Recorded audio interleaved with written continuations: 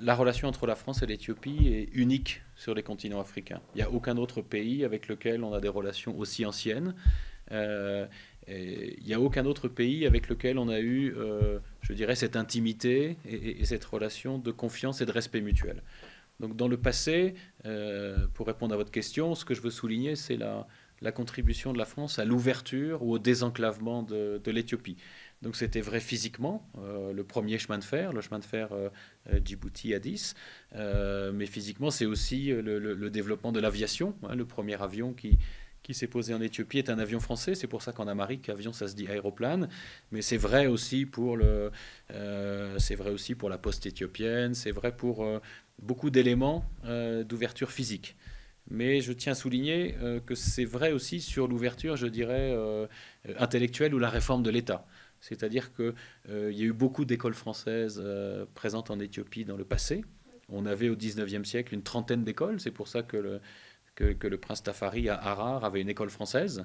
Et la suite de cette histoire, c'est ici, à Addis Abeba, le lycée franco-éthiopien Gebre Mariam, qui scolarise 70% d'Éthiopiens. Donc ce n'est pas un lycée qui est conçu pour les enfants d'expatriés, c'est un lycée qui est conçu pour les jeunes Éthiopiens. Donc ça, c'est la partie un petit peu passée, mais on souhaite bâtir sur ce passé pour avoir des projets communs dans l'avenir.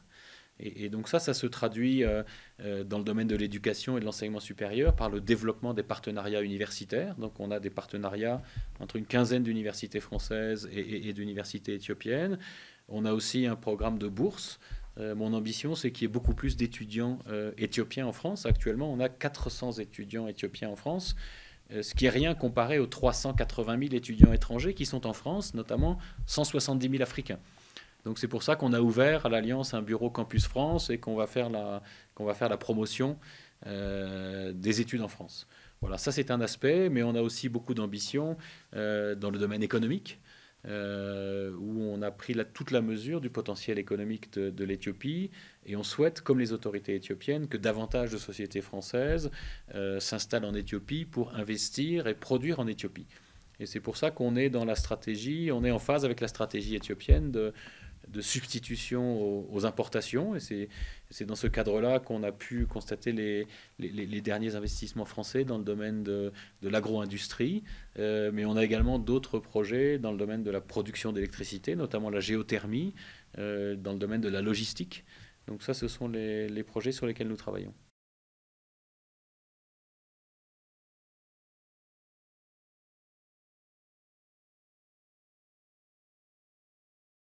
La culture a été au cœur de notre relation. Et ça aussi, c'est une spécificité. Et c'est vrai que le premier lexique amharique a été produit par des chercheurs français avant même l'établissement des relations diplomatiques. Donc j'ai évoqué à l'instant tous les projets qu'on a dans le domaine de l'enseignement supérieur, mais on va continuer également dans le domaine du patrimoine en Éthiopie. Donc l'Éthiopie est le pays d'Afrique dans lequel on a le plus de missions, le pays d'Afrique subsaharienne dans lequel on a de plus de missions archéologiques. Donc on conduit tous les ans 5 missions archéologiques, c'est-à-dire qu'on travaille avec les Éthiopiens sur le passé, l'histoire de l'Éthiopie, et c'est un intérêt historique et culturel évident, mais ça a surtout un intérêt pratique pour le développement du tourisme en Éthiopie. Et c'est pour ça que la France est très engagée dans la préservation, la restauration des sites historiques de Lalibela, mais aussi la transformation du Palais national ici à Addis Abeba en musée.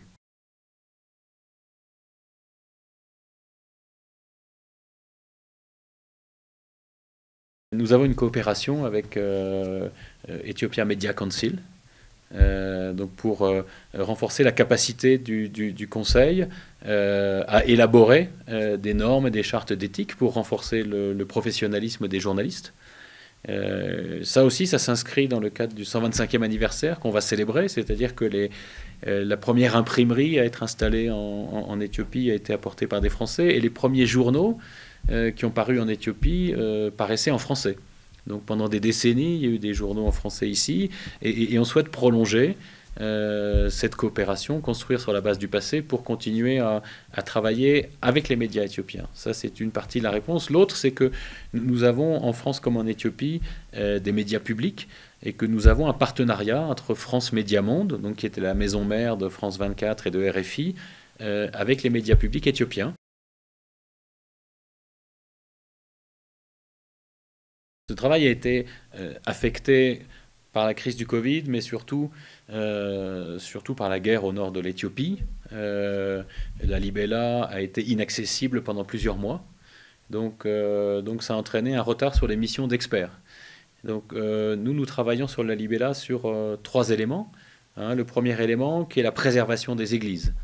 Et donc pour ça, le gouvernement éthiopien, mais aussi les communautés de la Libella et l'Église orthodoxe, nous ont demandé de trouver une solution pour remplacer les abris existants, ce qu'on appelle les shelters, par une structure plus légère, plus esthétique, et qui soit plus en phase avec l'environnement. Donc on a conduit pendant 2 ans des études scientifiques sur la nature de la roche, les causes de l'érosion, l'évolution des fissures, et nous avons pu proposer au gouvernement éthiopien une solution beaucoup plus légère, beaucoup plus esthétique, une solution qui pourra être entretenue par les Éthiopiens eux-mêmes. Ça, c'est le premier point, c'est la préservation.